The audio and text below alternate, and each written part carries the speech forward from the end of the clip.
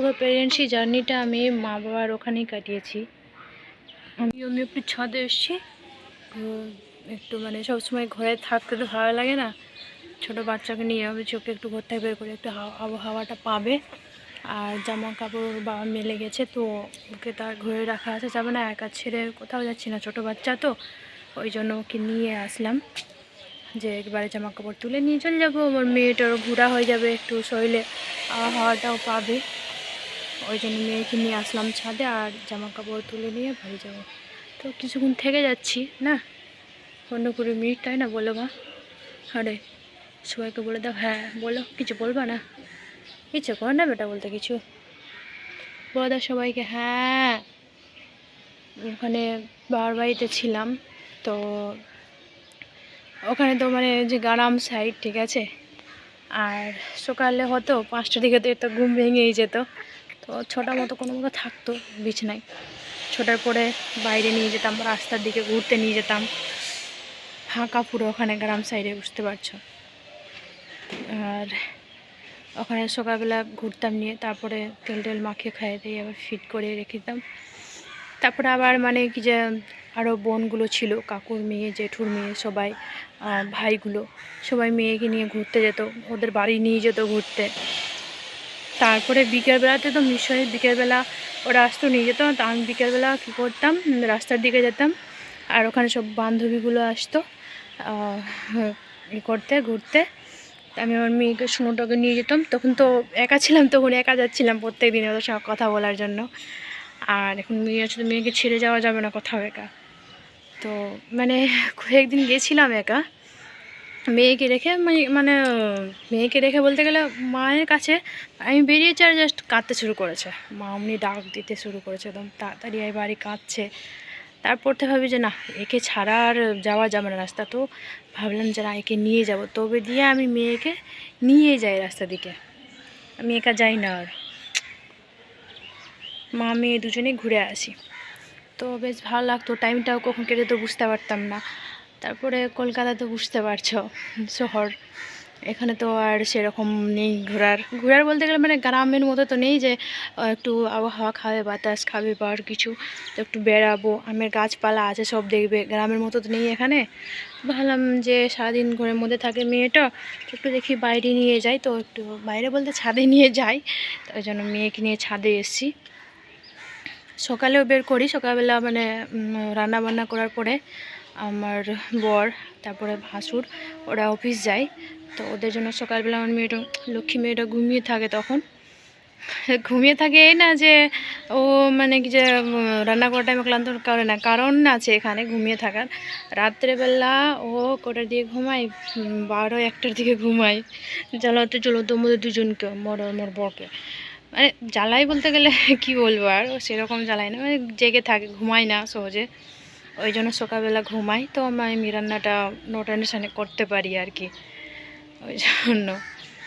আর ওখানে ওরা মানে কি যে রান্নাবান্না করে দিলাম, তারপর রান্নাবান্না করার পরে একে আমি ব্রাশ ট্রাশ করার পরে ওদের খাইয়ে দিয়ে তারপরে আমার মেয়েকে তুলে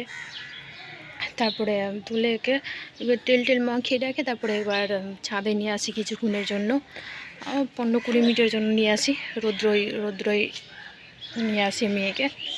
তারপরে রৌদ্রই নিয়ে আসার পরে এই যে দেখছে ওদিকে যে মা কার সঙ্গে কথা বলছে, এই যে সাবস্ক্রাইবারদের সঙ্গে কথা বলছে, বন্ধুদের সঙ্গে কথা বলছে, তুমি বলবে?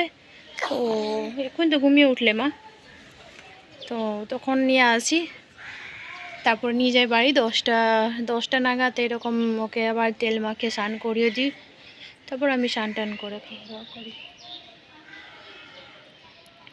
আর ওখানে গ্রামে কলকাতা আসার পর থেকে পুরো রুটিনটাই চেঞ্জ। হ্যাঁ, কলকাতায় ওখানে গ্রামে যখন ছিলাম, তো ওখানে সকাল ঘুমিয়ে যেত, মানে 8:30-9টার এদিকেও কিন্তু ঘুমিয়ে পড়তো, 9টার পরে আর ওকে জেগে পেতে না, ঠিক আছে, জেগে থাকবে সেরকম পেতে না, তো ঘুমিয়ে পড়তো, ঘুমানোর পরে আর তারপরে সকালবেলা কোনোদিনও 4টার দিকে, কোনোদিনও 3:30টার দিকে এরকম জেগে থাকতো, উঠে যেত। আর এখানে আসার পর রাত্রে সেই 12-1টা পেরিয়ে যায়, 12টার এদিকে ম্যাডাম কিছুতেই ঘুমাবে না, 12টার পরেই ঘুমাবে। ওই জন্য মানে এটা একটু সুবিধা হয়, রাত্রেবেলা একটুখানি জাগিয়ে রাখে অসুবিধা নেই, কিন্তু সকালবেলা যে আমি শান্তিমন রান্নাটা করতে পারি এটাই সবথেকে বড় কথা, আর কিছু না। নাহলে কিছু রান্না করাটা অনেক কঠিন হয়ে যেত। পুরো টাইমিংটা চেঞ্জ হয়ে গেছে আর এখানে এসে। আসো না, গ্রাম চেঞ্জ, গ্রাম থেকে সরে আসা শহরের মতো হয়ে গেছে আমার মেয়ে, তাই না? আর কিছু দিন থাকি কলকাতায়, কয়েকটা দিন। আর আমাদের সঙ্গে মা এসেছিল, মা, ভাই আর বাবা বাড়িতেই ছিল। তো যেদিনকে আমরা আসতাম এখানে, মানে পুরো প্রেগনেন্সি জার্নিটা আমি মা বাবার ওখানেই কাটিয়েছি। আমি যখন জানতে পেরেছিলাম যে আমি প্রেগনেন্ট, তখন মানে এখান থেকে যখন কলকাতা থেকে গেছি গ্রামে, তো কয়েকদিন পরে জানতে পেরেছি। তো তারপরে আর ভাবলাম যে না, ওখানে আর কলকাতা যাওয়া হবে না, ওখানেই থাকবো। তো মা বাবার সঙ্গেই ছিলাম ডেলিভারি পর্যন্ত, হওয়ার পরেও ওখানেই ছিলাম। এরপরে 2 আড়াই মাস ওখানেই ছিলাম। হ্যাঁ, 2 আড়াই মাস না, সরি, 3 মাস। 3 মাস একে নিয়ে ওখানেই ছিলাম, এই হওয়ার পরে, ডেলিভারি হওয়ার পরে। তারপর একটু দাঁড়াও, তো ওখানেই ছিলাম। তো এখানে আমার নিজের শরীর অসুস্থ ছিল আমার, তো ডক্টর দেখাতে আসার জন্য, এত ছোটো বাচ্চাকে এরকম ঠান্ডা ওয়েদার, কলকাতাতে অত ঠান্ডা না, গ্রামে ঠান্ডা পড়ে গেছে। তো ভাবছিলাম যে কোনো ইচ্ছে ছিল না এত ছোটো বাচ্চাকে অত দূর থেকে নিয়ে আসা এখানে। আমার শরীর খারাপের জন্য এসেছিলাম ডক্টর দেখাতে।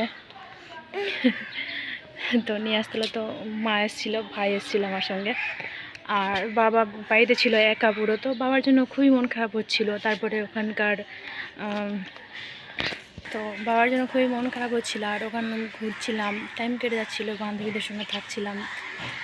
তারপরে মেয়েকে সবাই করে নিত ওখানে, খুব ভালো লাগতো ওখানে।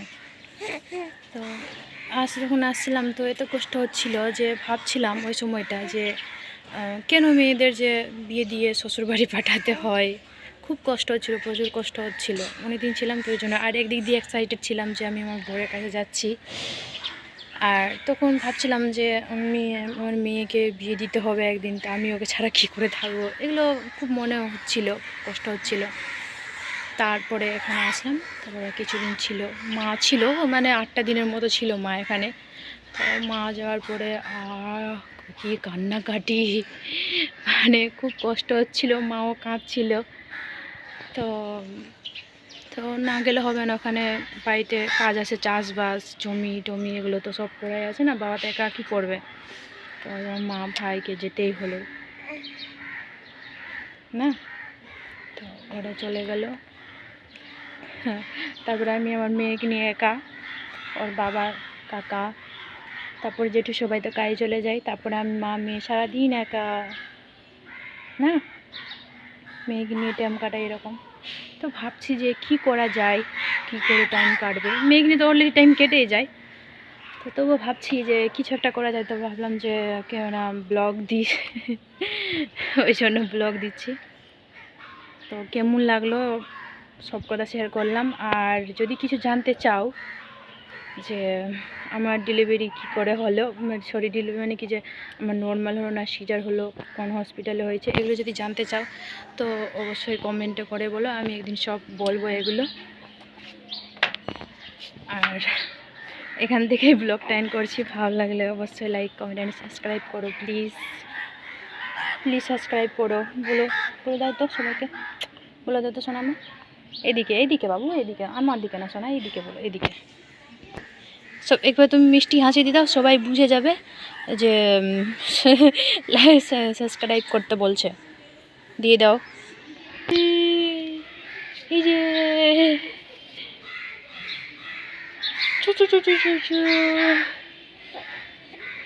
চলো, তো এবার জামা কাপড় তুলি।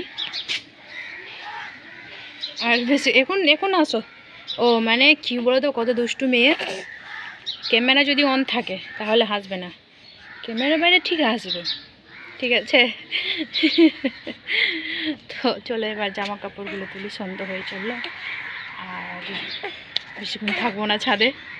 তো অবশ্যই সাবস্ক্রাইব করো প্লিজ, পাশে থেকো, তাই না? কমেন্ট করবা, সাবস্ক্রাইব করবা, তবে তো ব্লগ দেবার ইচ্ছেটা জেগে যাবে, তাই না? ঠিকই না মামা, বলো। দেখবা এখন মানে কি বলো তো, কি আর বলবো। তো চলো ঠিক আছে তাহলে, তো সব কথা জানলে, আর কিছু জানতে চাইলে অবশ্যই কমেন্টে জানাও। এখান থেকে ব্লগটা এন্ড করছি, বাই।